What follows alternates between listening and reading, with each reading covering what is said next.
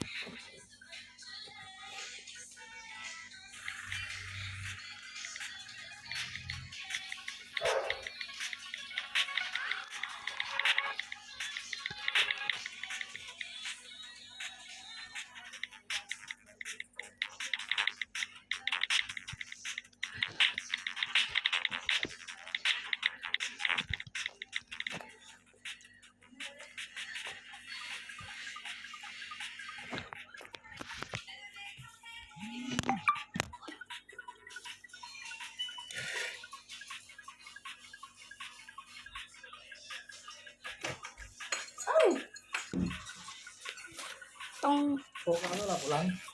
tahu ah. Keluar deh. Keluar deh.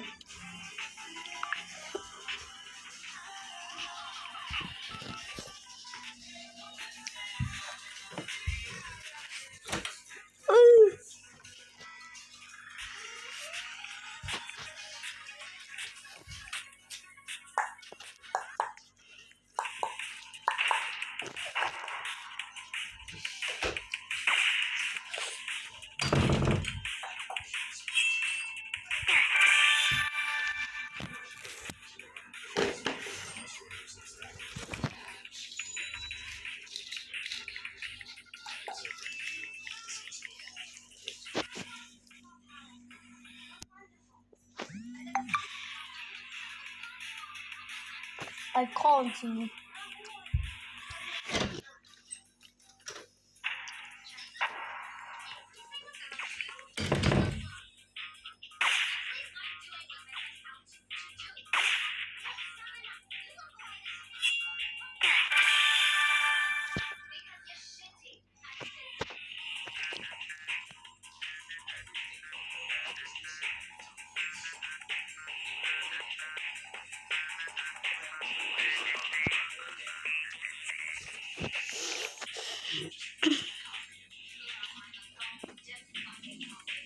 What?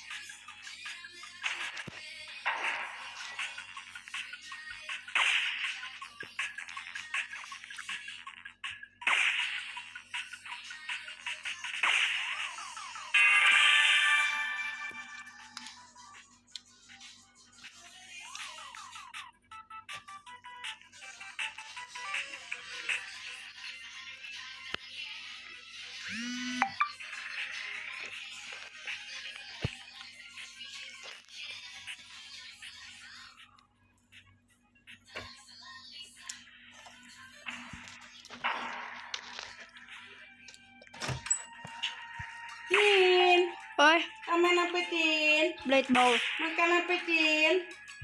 Thailand chicken. Mari chicken Tin. Wih, gaya Tin. Apa ikutin no? Hah?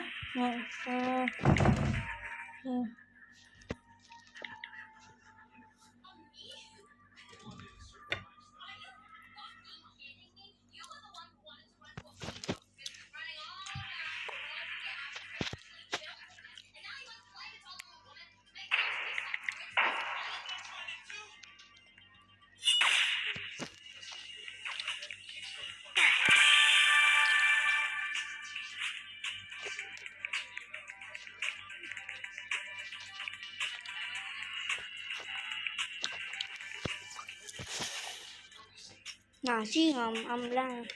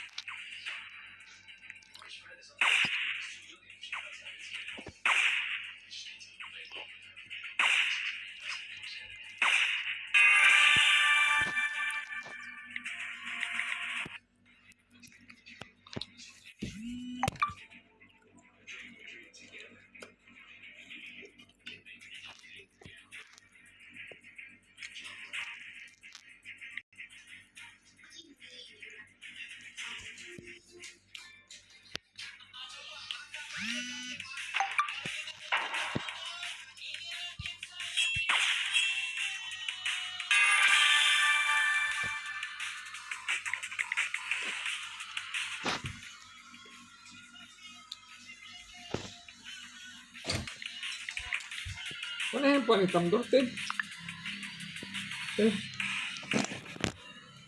Dia tahu.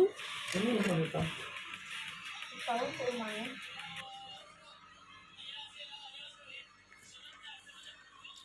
Netflix.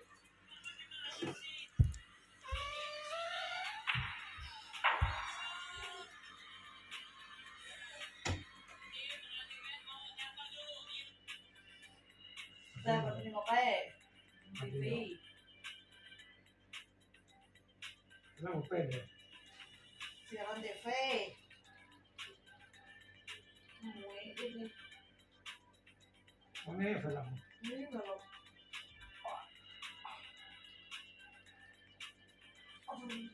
Film lama ini. Enak aja. Apa ya? Mana film baru? Bukan film anu, siaran TV di Pak HBO.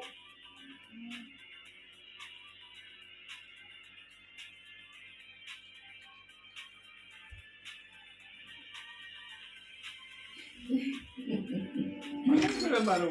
Orang di film siaran TV film baru ini. Nih. Yang beda. Betul. Film lain. Keren. Assassin. Dan apa dia ini? Don't wake me. Don't wake me. Not dreamer. Film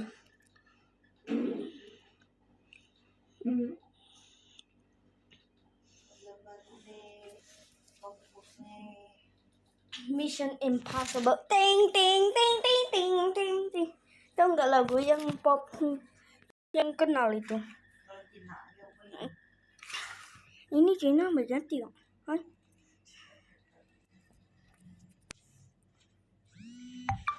Oh, ini enak film. Difference. apa lihat baik tahu nah. Film baru udah itu. Pucuk-pucuk deh ya. Ya, Hmm. dulu di konferensinya. Atrek dan Obelix. Untuk mainnya itu nggak main kan? Lagi bioskop tapi pada ada nontonnya. Ngapain dong kok? Testing. Hmm. Oh.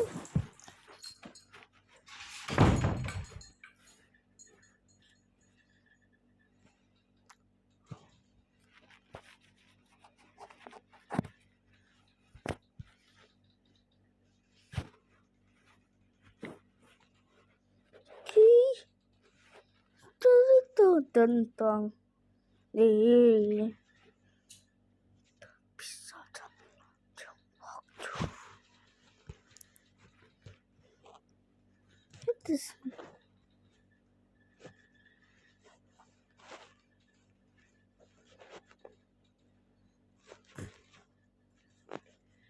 wanna play this young. Captain Marvel, we need you to save the world.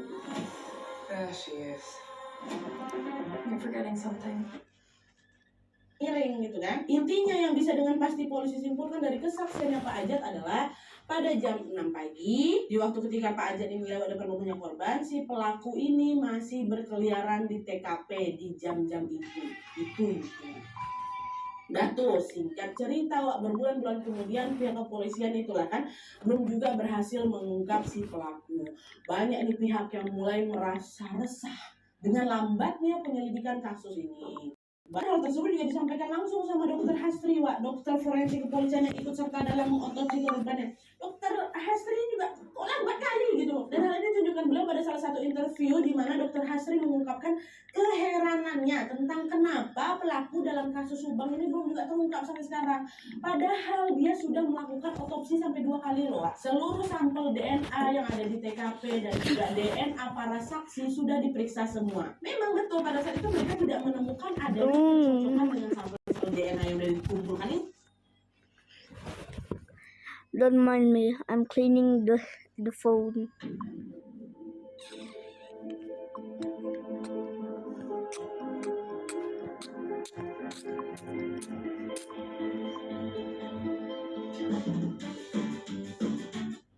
Dokter Hastri kan udah memberikan informasi tentang kapan waktu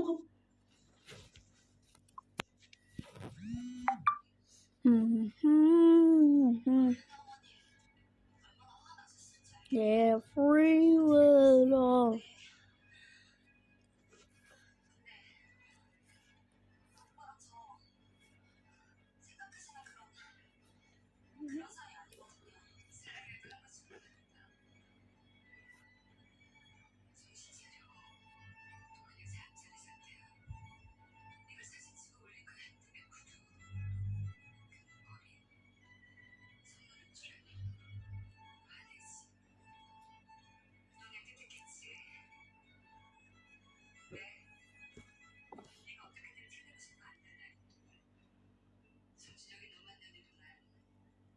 we will be right back.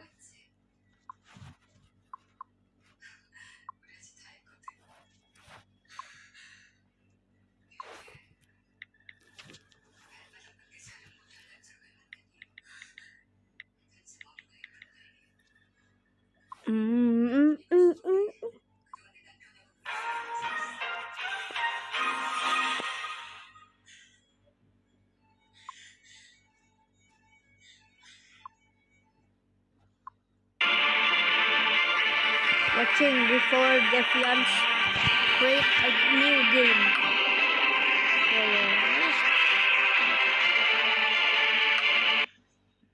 Skip intro.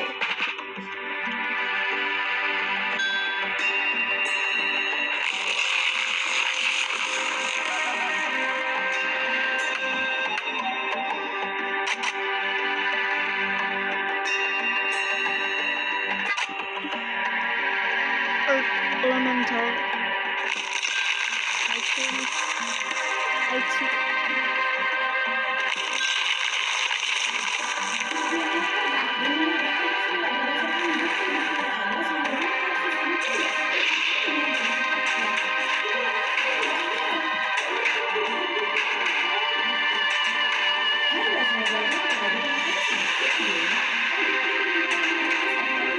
Is this Eisner's artness?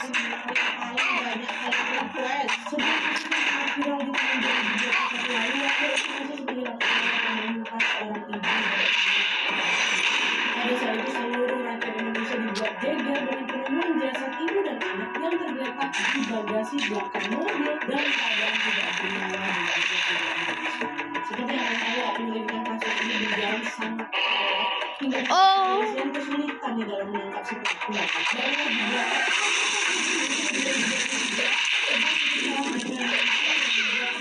Sidang ini kembali akan diperbincangkan. Di sebelumnya kami disclaimer dulu kalau kasus ini masih berjalan Wak ya. Dan pemeriksaan Wow, dan let's juga proses pengadilannya pun masih berjalan. Tentu nantinya akan ada informasi-informasi tambahan yang tidak aku sebutkan di video ini. Jadi nanti kalian boleh bantu aku juga buat update dan tulis aja sebenarnya di kolom komentar. Tanpa berlama-lama baru kita masuk ke kisah. We'll be right back, Mim.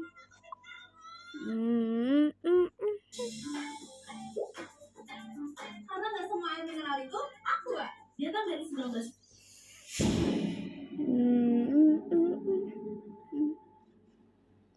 Oke, Mas, sebelum masuk ke kronologi kejadiannya, seperti biasa aku mau jelasin dulu tentang latar belakang keluarga yang memang terlibat di kasus Subang ini ya. Jadi, kasus yang aku ceritakan malam ini melibatkan sebuah keluarga yang tinggal di Dusun Ciseti, Desa Jalan Caga, Kecamatan Jalan Caga, Subang, Jawa Barat. Keluarga tersebut terdiri dari ayah yang bernama Yosef Hidayah berusia 55 tahun pada saat itu, ibu yang bernama Tuti Suhartini berusia 55 tahun juga, anak pertama mereka bernama Yuris Raja Amalullah yang berusia 34 tahun, dan anak kedua yang Sebelum masuk ke kronologi kejadiannya, seperti biasa aku mau jelasin dulu tentang latar belakang keluarga yang memang terlibat di kasus Subang ini ya. Jadi, kasus yang aku ceritakan malam ini melibatkan sebuah keluarga yang tinggal di Dusun Ciseti, Desa Jalan Caga, Kecamatan Jalan Caga, Subang, Jawa Barat. Keluarga tersebut terdiri dari ayah yang bernama Yosef Hidayah berusia 55 tahun pada saat itu, ibu yang bernama Tuti Suhartini berusia 55 tahun juga, anak pertama mereka bernama Yuris Raja Amalullah yang berusia 34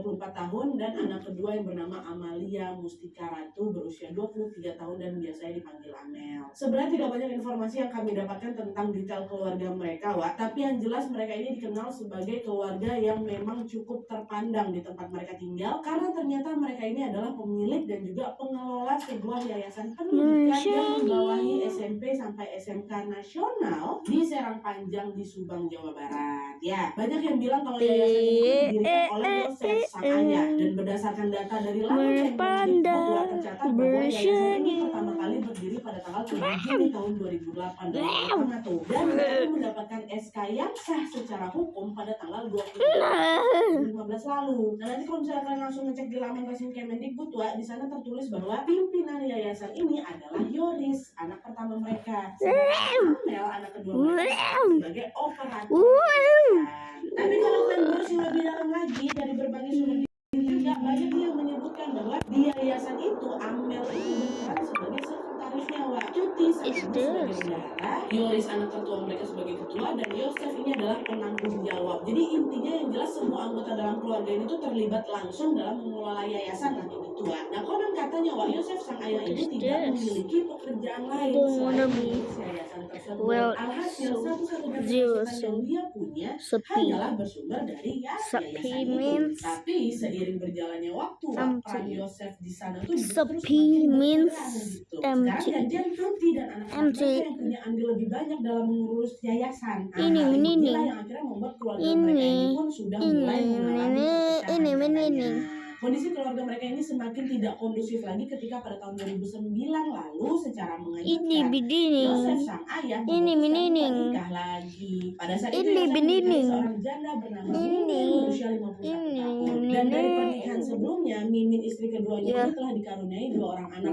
laki-laki dua-duanya namanya Ariji sama Abi. Ya, dari sini lah banyak sumber yang menyebutkan bahwa hubungan Mimin sama Tuti, istri muda sama istri kedua ini nggak akur, sangat-sangat tidak akur gitu. Dari berbagai sumber yang kami baca, disebutkan bahwa salah satu penyebab pertengkaran antara Mimin dan Tuti lagi-lagi karena apa?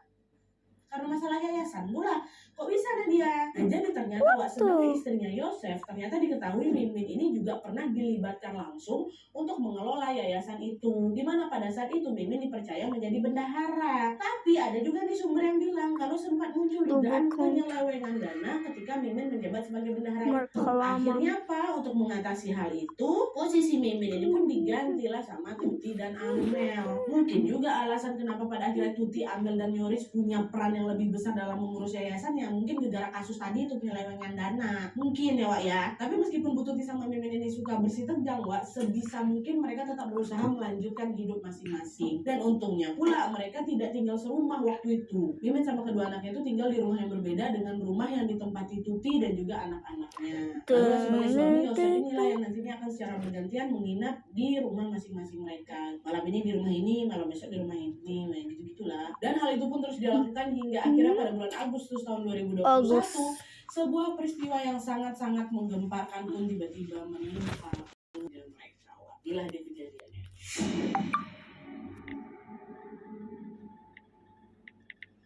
Nah, jadi Wak, ceritanya pada tanggal 17 Agustus tahun 2021, Yosef ini baru saja menginap di rumah istri mudanya, yaitu Mimin, gantian di rumah istri mudanya nih. Terus keesokan harinya tanggal 18 Agustus tahun 2021, sekitar jam 7:30 pagi, Yosef ini pulanglah ke rumah istri tuanya, Ibu Tuti, untuk mengambil keperluan golf, Wak. Karena katanya hari itu dia memang rencana mau main golf. Tapi sesaat setelah Yosef ini masuk rumah, dia langsung merasa ada yang janggal di rumah itu. Dimana pada saat itu kondisi rumahnya Tuti dalam kondisi yang sangat berantakan. Dan ketika Yosef mencoba memanggil istri tuanya dan juga Amel, suasana tetap sunyi itu karena nggak ada jawaban sama sekali. Di situ langsung mikir, kemana nih anak istri aku? Kata si Yosef, kan kok kadang nggak ada di rumah. Yoris mana Nadia? Nah, Yoris anak pertama mereka tuh udah nggak tinggal di sana, Wak. Dia udah tinggal sama istrinya di rumah lain. Ya tuh kan, singkat cerita Yosef pun mencobalah berkeliling rumah untuk mencari Tuti dan Amel. Lalu ketika dia berjalan ke arah garasi, Wak, secara mengejutkan Yosef malah melihat ada bercak-bercak darah di situ. Dong nggak betul nih, kata dia kan. Akhirnya di sini Yosef pun langsung nelpon polisi. Nggak berselang lama kemudian tim kepolisian pun tibalah di lokasi. Polisi pun segera langsung bergerak cepat melakukan pemeriksaan. Nah, akhirnya ketika polisi mengecek mobil Alphard milik Tuti yang terparkir di garasi, disitulah mereka dibuat kaget sekaget-kagetnya karena mereka melihat jasad Ibu Tuti dan Amel ternyata berada di bagian belakang bagasi mobil. Dan yang membuat penemuan tersebut semakin menggemparkan adalah yaitu Ibu Tuti sama Amel, sepasang ibu dan anak ini ditemukan dalam kondisi dan tidak berbusana dan sudah tidak bernyawa. Pustika, sali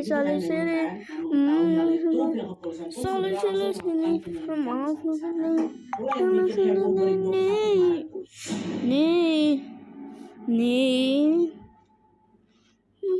Nah, setelah jenazah Bu Tuti dan Amel ditemukan, jasad keduanya pun langsung diamankan untuk diotopsi. Dan FYI, salah satu dokter yang memimpin otopsi mereka adalah yaitu nih perempuan ahli forensik pertama se-Asia. Paling mantap kali nih, dokter suka aku sama dia. Ada bekas luka berat di kepala kedua korban yang diduga berasal dari pukulan benda tumpul. Meski kedua jasad korban ini ditemukan bersama-sama di dalam bagasi mobil, tim forensik sangat-sangat yakin kalau sebenarnya mereka berdua ini sudah dihabisi di waktu yang berbeda. Tim forensik mengatakan bahwa Tuti, Ibu Tuti ini adalah korban yang pertama kali dihabisi oleh si pelaku pada sekitar jam 1 dini hari. Nah, kemungkinan besar